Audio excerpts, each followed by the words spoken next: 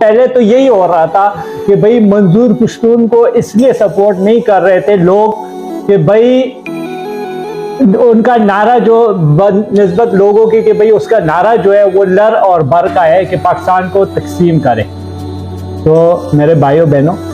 ابھی جو لوگ نکلے سڑکوں پہ تو ان کا نعرہ جو ہے لر اور بر نہیں ہے. وہ پاکستان کو تقسیم نہیں کرنا چاہ رہے, پاکستان میں امن چاہ رہے, KPK میں امن چاہ رہے, وہ پاکستان کی خوشحالی چاہ رہے.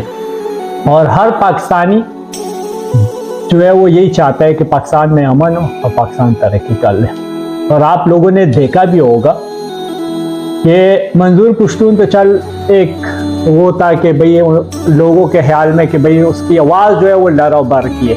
تو اس کو میڈیا جو والے جو ہے وہ نہیں دکھا رہے تھے. لیکن میرے میڈیا والوں سے بھی یہ ریکویسٹ ہے کہ میرے بھائیوں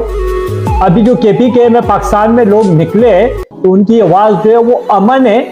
اور پاکستان کی ترقی ہے, اور KPK میں امن چاہ رہے وہ لوگ, وہ لر و بر یا پاکستان کی تقسیم ہونے کی کوئی بات نہیں کر رہے. تو کائنڈلی آپ لوگ سپورٹ کریں ان لوگوں کو,